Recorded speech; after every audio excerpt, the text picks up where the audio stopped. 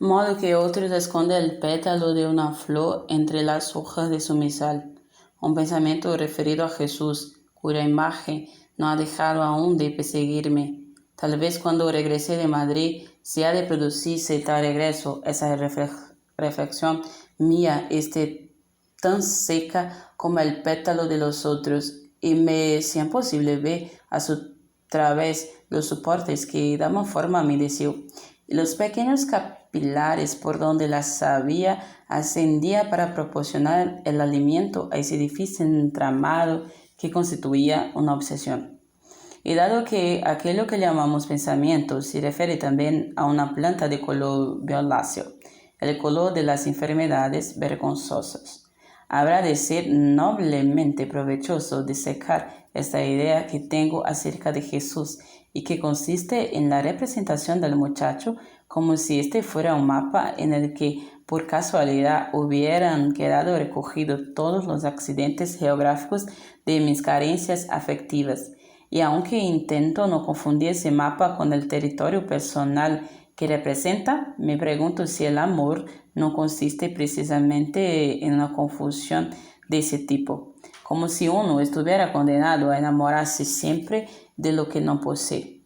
Dicho de otro modo, y para terminar también de dar vueltas a unos conceptos que distingo con poca claridad, como si fueran sombras de sí mismo, Jesús sería la representación invertida de una realidad interna, el negativo destinado a indicar las ausencias más que a mostrar los accidentes. ¿Cómo no quiere eso si es mío y sin embargo está fuera de mí?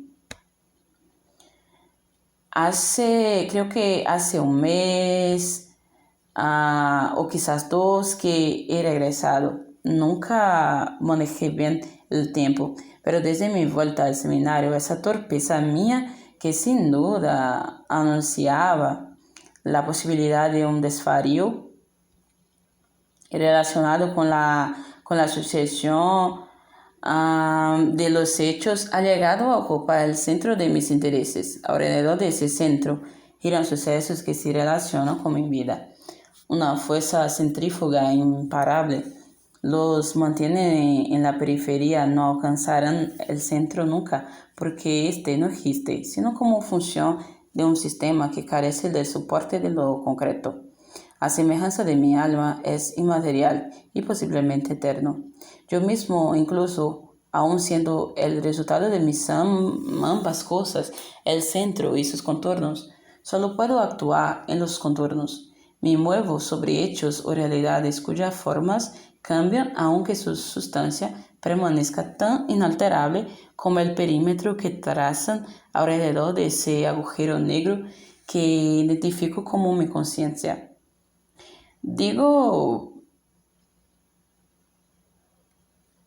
digo todo eso porque temo haber perdido el sentido de la orientación después del suceso relacionado con mi madre. Quizá la recuperación de esa letra muerta, más muerta ahora que nunca, me ayude a recordar ese sentido progresivo de la existencia cuyo final incluye como un premio a la muerte.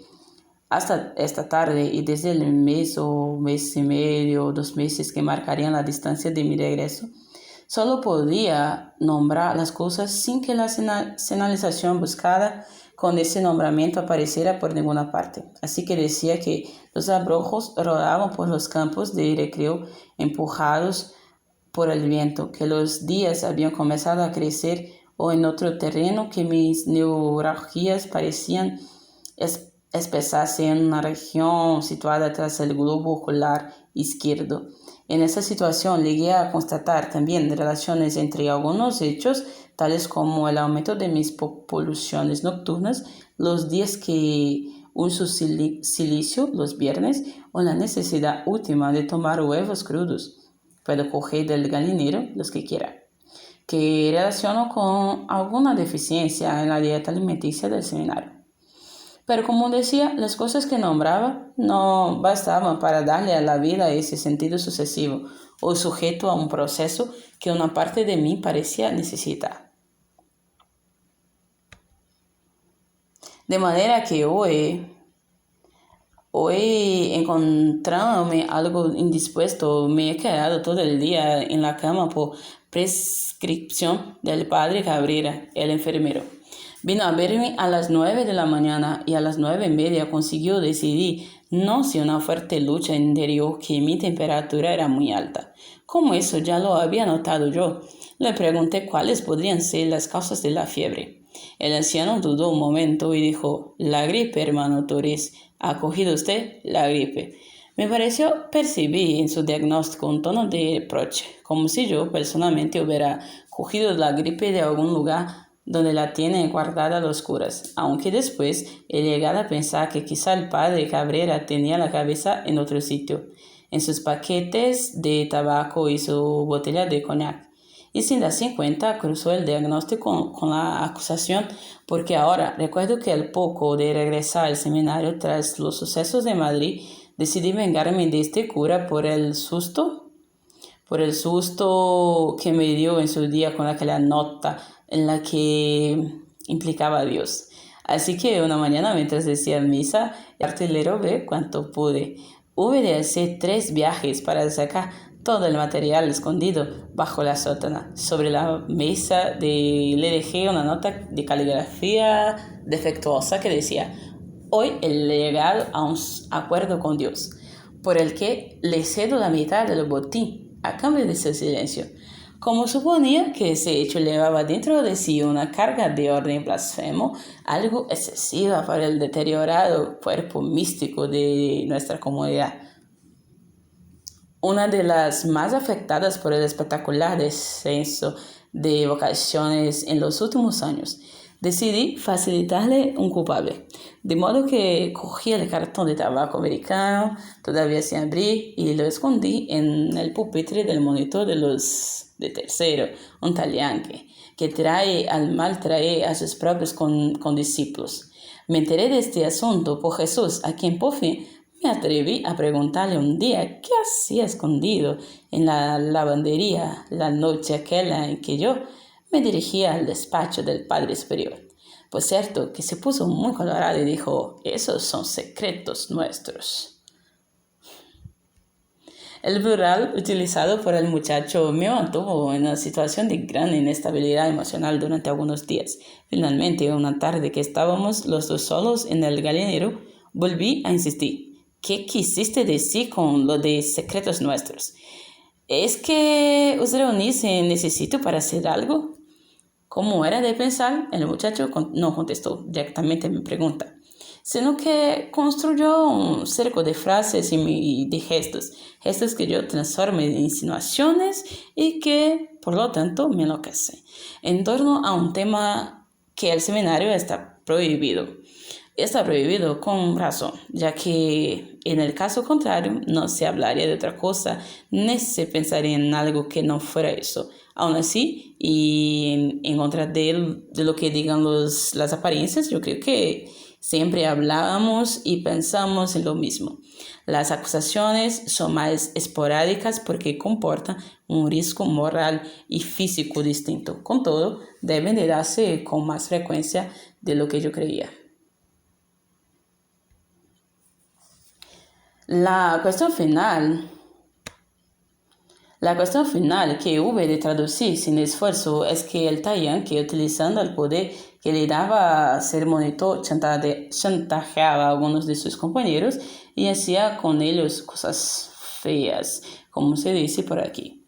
Mi espíritu vengador, hábilmente confundido con mis celos, puso en marcha varios proyectos dirigidos contra ese muchacho, pero ninguno de ellos llegó a buen fin. Finalmente, cuando temí los planes relativos al padre Cabrera, se me ocurrió que podría matar dos pájaros de un tiro. Así que, como creo haber dicho, escondí en su pupitre el cartón de tabaco americano y después arrojé en el buzón de sugerencias y denuncias anónimas, instalada en la puerta del despacho del Padre Superior, una nota que rezaba así: Yankee es el ladrón, tiene en su pupitre cosas que no le pertenecen. Yankee fue expulsado del seminario al día siguiente. El padre Ramírez lo llevó en su furgoneta a la estación y le sacó un billete de tercera con destino a algún pueblo de Santander. Sus quejas, sus llantos, sus alegatos de inocencia no hicieron sino exasperar a los curas,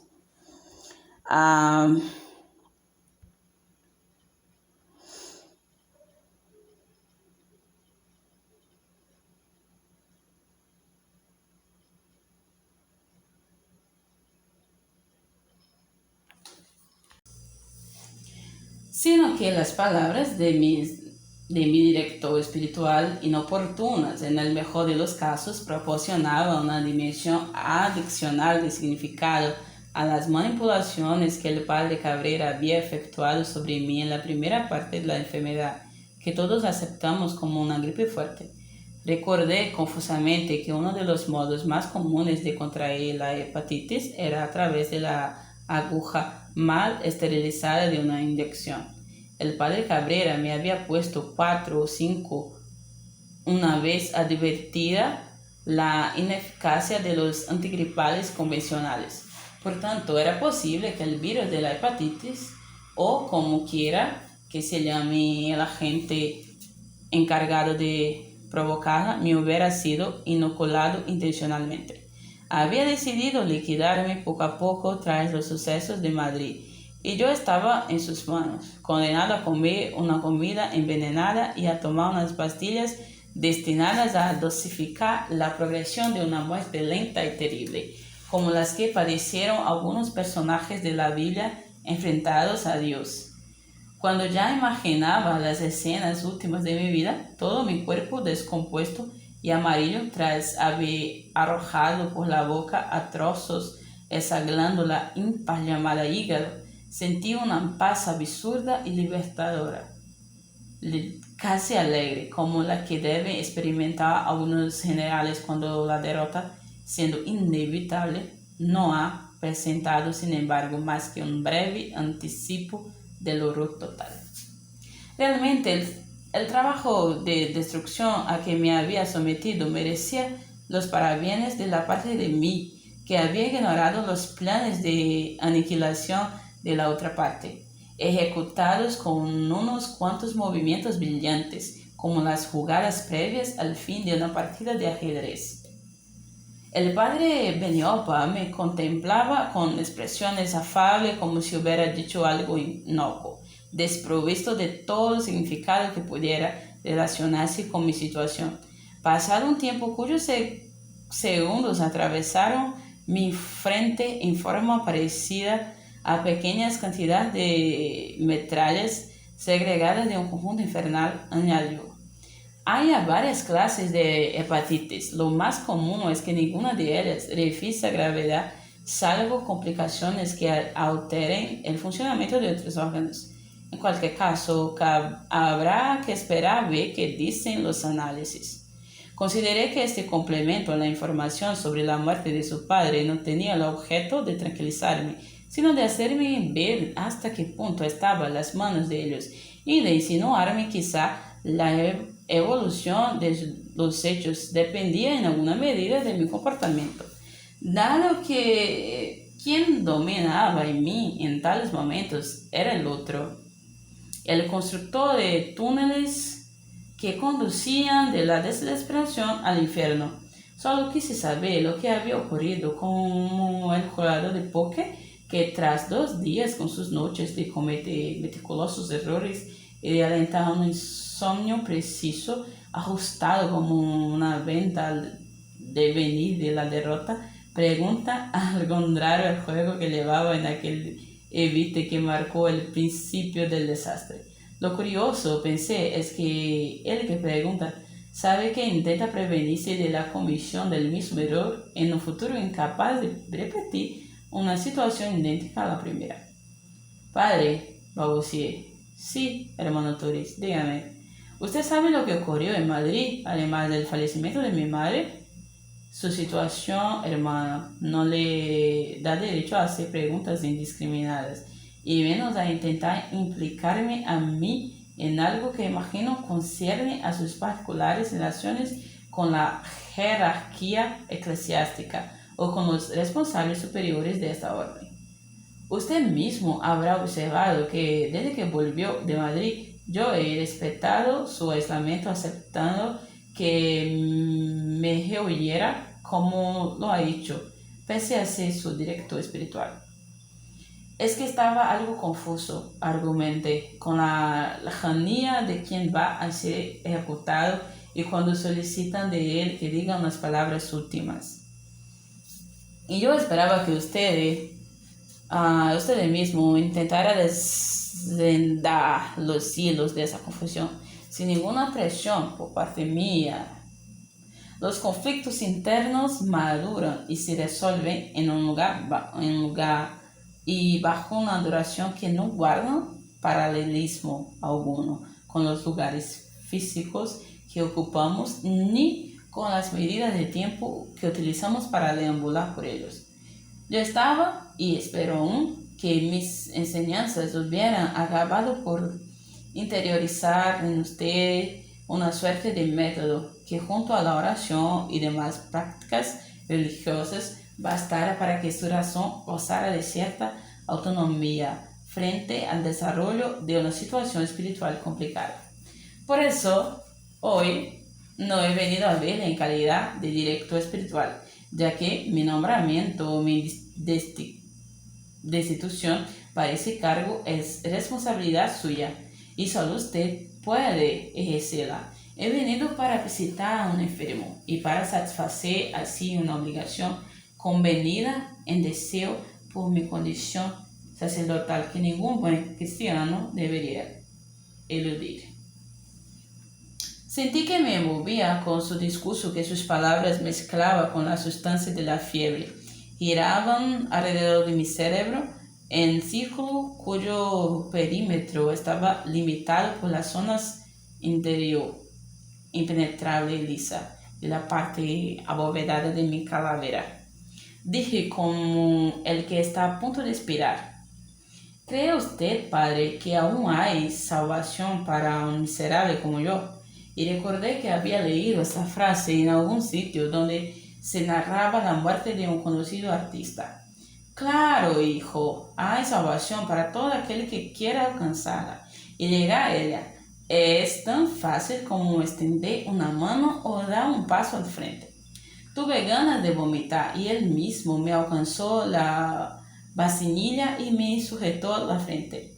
Yo me ocupé de proyectar sobre aquel gesto de la calamidad la cantidad de ternura que mi desamparo exigía. Cuando pasó el acceso, el padre Beniopa sonrió con un gesto de cuyo componente cariñoso, al igual que la ternura anterior. Aún ignoro si procedía de él como emanación propia o como simple reflejo de la proyección efectuada por mí. Dijo: estos días estoy leyendo a un autor francés muy interesante. Me he acordado de él a propósito de sus vacilaciones y dudas respecto a la salvación.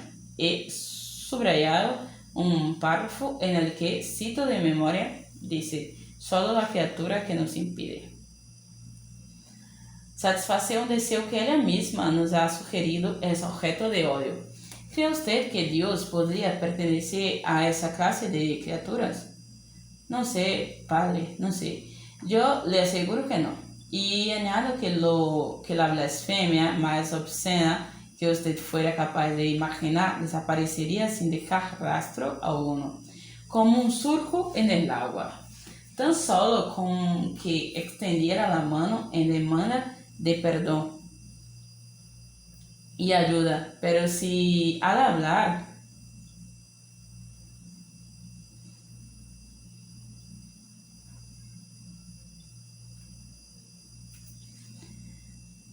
de salvación, no se refiere usted a la otra vida, sino a esta que nos obliga a llevar zapatos para evitar el contacto con un suelo impuro y agresivo.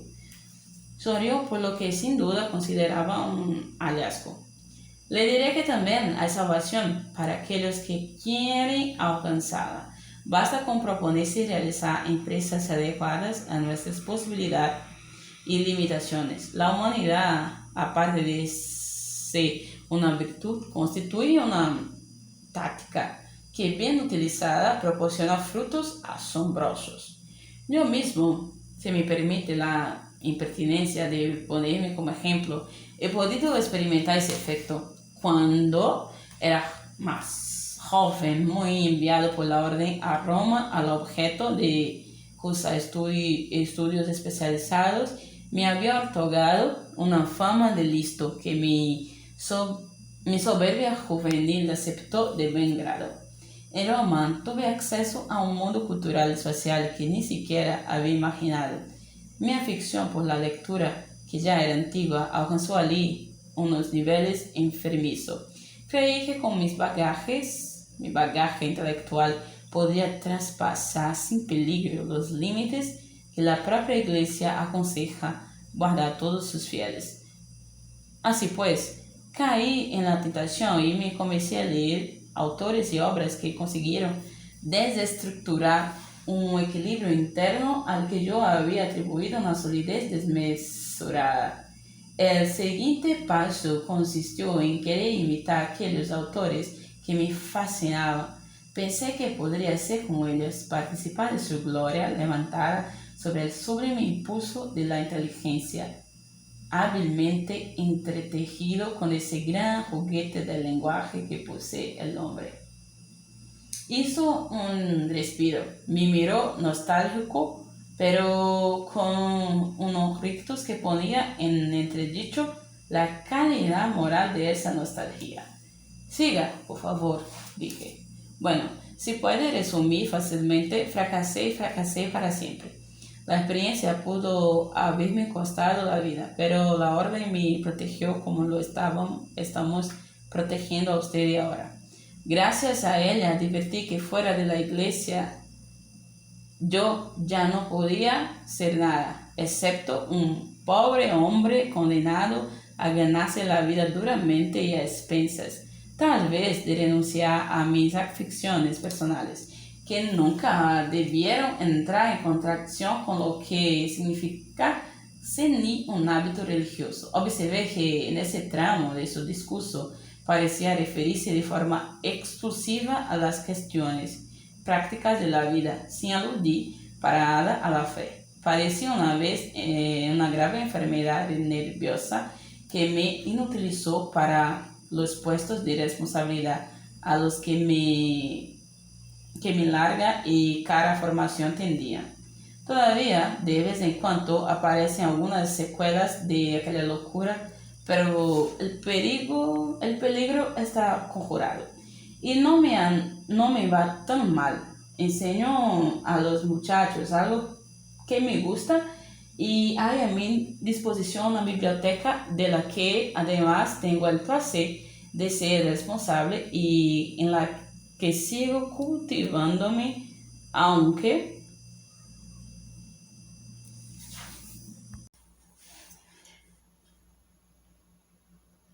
a quienes urgía no tanto encontrar culpable como castigar de forma inmediata y ejemplar el allanamiento llevado a cabo en el territorio de los curas. Sin embargo, pienso que ninguno de ellos podía creer seriamente que el autor del robo hubiera sido Yankee, a quien con frecuencia se nombraba como un modelo de buen comportamiento. Y aunque escondía el botín en diversos lugares alejados de mi celda, no dejo de pensar que el padre Cabrera tenga alguna sospecha en la que esté incluido yo, sobre todo porque después de administrarme un par de antigripales y cuando ya salía por la puerta dijo: procuré no fumar en unos días. Conseguí no fumar durante la mañana, pero esa tarde, después de recuperar mis cuadernos y tras haberlos leído detenidamente, he encendido un cigarro y me he puesto a pensar. Me parece que luego ha venido a verme otra vez el padre Cabrera. Él me ha tomado el pulso mientras hablaba de medicamentos y amenazaba con inyectarme si vuelve a hacer una colilla en el cenicero. Durante todo ese tiempo yo no dejaba de pensar y cuando se ha marchado he comenzado a escribir porque lo que pensaba es que a través de todos esos cuadernos he logrado edificar la imagen de un sujeto que tiene al menos la virtud de resultar verosímil. Eso por un lado. Por el otro, parece que gracias a esta letra muerta los hechos vuelven a ordenarse bien es cierto que de forma harto precaria, de acuerdo con un modelo real que no es otro que el de mi propia vida. Y así, por ejemplo, calculo que hace 2 meses y medio que me marché a Madrid gracias a un telegrama en el que mi madre, usurpando la firma de mi padre, decía de mí misma que se encontraba gravemente enferma. Recuerdo haber llegado a esa ciudad aborrecible lleno de planes para liquidar en 3 días una investigación que necesitaría meses en la estación. Me esperaban algunos familiares cuya mirada destrozó el resto de mi vida. Todas mis fantasías anteriores habían constituido una farsa. El telegrama lo había firmado mi padre y mi madre, por tanto estaba gravemente enferma. Uno de ellos me cogió por el brazo y dijo: «Vamos deprisa, tu madre te espera para morirse». La casa estaba llena de rostros y de trajes oscuros de mi sótano, y mi rostro lograron oscurecer aún más. En algún punto del pasillo, mi padre me abrazó lloriqueando. Por fin logré alcanzar la habitación de la enferma y me dejaron solo con ella. Los pasos de la familia al alejarse se confundieron con los pasos de la muerte que venía. Cuando escuché el ruido de la puerta, supe que él estaba dentro de la habitación. Su presencia era tan palpable que intenté desviar la atención de mi madre para que no advirtiera el triángulo que formábamos en los tres. Pero ella ya lo sabía todo y me tomó de la mano y me dijo que estuviera tranquilo, que había confesado y comulgado hacía una hora y que en ese tiempo no había tenido ninguna oportunidad de pecar. Después nos miramos un rato y tras la pausa volvió a hablar. «Te queda muy bien la sótana, hijo. Te disimula la tripa. Para estar viva, hubiera preferido que no te metieras al religioso, pero de muerta, me gusta verte así. Y es por egoísmo, ¿sabes? Ya me lo he confesado. Si no te he de tener, prefiero que no estés con ninguna otra mujer». Pensé que con tal declaración de amor quedaba al descubierto algo de lo que nos habíamos alimentado en secreto durante años y cuya sustancia yo había ignorado hasta ese mismo momento. Recuerdo haber tenido en ese instante un sentimiento de agresión hacia la moribunda, pues su declaración de amor señalaba al mismo tiempo el origen de mis dificultades con las mujeres y la causa de mi torpeza ante la vida. Pero parece que tampoco me estaba permitida esa mínima liberación que me habría supuesto la permanencia en la agresión, porque enseguida dijo: «En cuanto al telegrama que me pediste te enviara, has de perdonarme si no lo hice. Lo intenté varias veces, pero me causaba un gran remordimiento utilizar de ese modo a tu padre, a quien bastante daño hemos hecho los dos con nuestras exclusiones. Y ya ves, para que no pudieras decir que te fallé una sola vez en la vida, yo misma fui enfermando de muerte de manera que fuera posible el telegrama que te permitiera volver para resolver lo que hayas dejado pendiente». A continuación se murió discretamente, como quien cuelga el teléfono o se marcha de un lugar público sin llamar la atención. Basta, no puedo más, ya basta.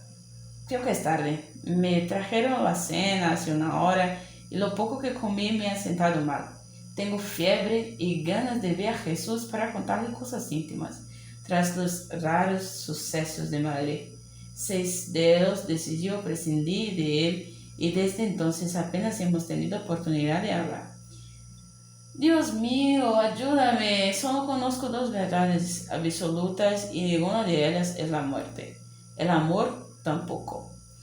Las 2 verdades que a mí me han reveladas son el odio y la culpa. Llevo años deambulando entre ambas, devorando y reconstruyendo por ellas. No puedo más, no quiero poder más, y sin embargo, aún ignoro cuál sería el error definitivo, aquel que justificaría mi vida, pero también mi acabamiento. Hace una semana que vino a verme el médico titular del pueblo más cercano a cuya jurisdicción sanitaria pertenecemos. En los últimos días mi temperatura había aumentado de forma alarmante. Junto a esta temperatura elevada padecía de vómitos, falta de apetito y un decaimiento general que hasta el momento me ha imposibilitado retomar el hilo de esa historia. La falta de fuerza muscular me impedía manejar el bolígrafo con la soltura que mis cuadernos clandestinos exigen a la mano derecha de mi cuerpo. El diagnóstico que consiguió poner en entredicho la competencia del padre Cabrera como enfermero de una comunidad fue claro, rápido y preciso: hepatitis. De forma algo ingenua señalé al médico que no me había puesto amarillo. La coloración amarillenta de la piel, dijo, no es un signo constante en esta enfermedad. De todos modos, puede aparecer en cualquier momento, añadió sonriendo, como si con sus palabras intentara alentar un deseo personal mío de adquirir tal color. El padre Cabrera, detrás de él, asentía hipócritamente, dando a entender que el nuevo diagnóstico confirmaba alguna sospecha suya anterior a la visita del médico. Como estaba en ayunas, aprovecharon para hacerme orinar en un frasquito y me extrajeron una jeringuilla de sangre al objeto de realizar los análisis pertinentes. Después me dejaron solo con 38,5 de fiebre, temperatura excesiva para esas horas de la mañana, que anunciaba un día más de prostración total sometido. De un lado, a los remordimientos por la muerte de mi madre, y de otro, a las alucinaciones y fantasías terroríficas sobre un futuro en el que ya no me queda por apostar ni la camisa. Por si fuera poco, a la tarde vino a verme mi director espiritual, el padre Benyon, al que no había visitado desde mi regreso porque me daba miedo informarle de lo que me pasó en Madrid. Creo que pronto me decidiré a narrar cuánto allí sucedió, aparte, claro, de la desaparición de mi madre. He de decir, sin embargo, que mi desamparo era tal que su visita me produjo una alegría enorme. El espacio febril donde yo actuaba y en el que me muevo aún la mayoría de las tardes tenía un doble vertiente cuyas partes son inseparables. De un lado, es un lugar en el que mis pesadillas alcanzan una mayor concreción. Se convierten, por así decirlo, en una masa palpable y moldeable. Aunque su manipulación por alguna virtud que les inherente no puede producir otra cosa que monstruos de una obscenidad más grande cada día. Pero, por otro lado, la fiebre resulta también un espacio protector condicionado por reflejos felices de una intensidad casi insoportable. Imagino que eso se debe a la dicha producida ante el espectáculo de una destrucción personal compacta, llevada a cabo meticulosamente durante años y meses de trabajo, oculto por una parte de mí a cuya actividad subterránea he permanecido ajeno. Esa parte de mí debe sentirse satisfecha por lo que sin lugar a dudas podemos calificar de un trabajo bien hecho. El padre Beniopa se sentó en la cama junto a mis pies, que hube de retirar en evitación de un roce irrespetuoso. Mi primera sorpresa, que rebajó la alegría del encuentro, se produjo a la Liberty, que no quiso o no fue capaz de mantener el tuteo con el que me había despedido en nuestra última entrevista, antes de mi partida. Pensé que, a lo peor, el objeto de su comportamiento verbal era abrir una distancia sin sutura entre nosotros dos. Sin embargo, yo tenía a mi favor la fiebre y la prostración muscular, factores ambos utilizables en direcciones de diferente sentido. ¿Cómo se encuentra hoy, hermano Turis?, preguntó. Mal, padre. Apenas he comenzado el tratamiento y no tengo fuerzas ni para incorporarme. No se incorpore, dijo sonriendo.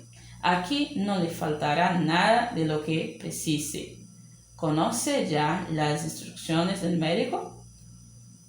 Ha dicho que reposo absoluto en cama, régimen especial de comidas y algunas medicinas para lograr una protección hepática adecuada. Ya ve, con lo fuerte que me ha dado y sin ni siquiera me he puesto amarillo. Sonrió y dijo: eso depende, según creo, de la presencia o no de pigmentos biliares en la sangre. Se trata de un signo que es útil interpretar más que de un síntoma que sea preciso padecer. En cualquier caso, añadió condescendiente, no pierda las esperanzas de cambiar de color. Todo el mundo parecía empeñado en que ese era mi deseo. Como desde otro sitio, sin ningún interés real por el contenido de mis palabras, pregunté: ¿ha estudiado usted algo de medicina? Parece conocer el tema. No, pero mi padre murió de hepatitis y todavía recuerdo algunas características de la enfermedad leída en una enciclopedia durante el tiempo que permaneció en cama. De manera que el valor de mis opiniones es más teórico que otra cosa. Ya digo que me sentía algo alejado de todo el exterior, como si hubieran puesto una urna de cristal entre el mundo y yo. Calculo que el ocupante de esa urna era más bien el mundo. De lo contrario, mi claustrofobia no habría dejado lugar para el espanto que se instaló a mi lado, junto a la información del cura acerca de su padre.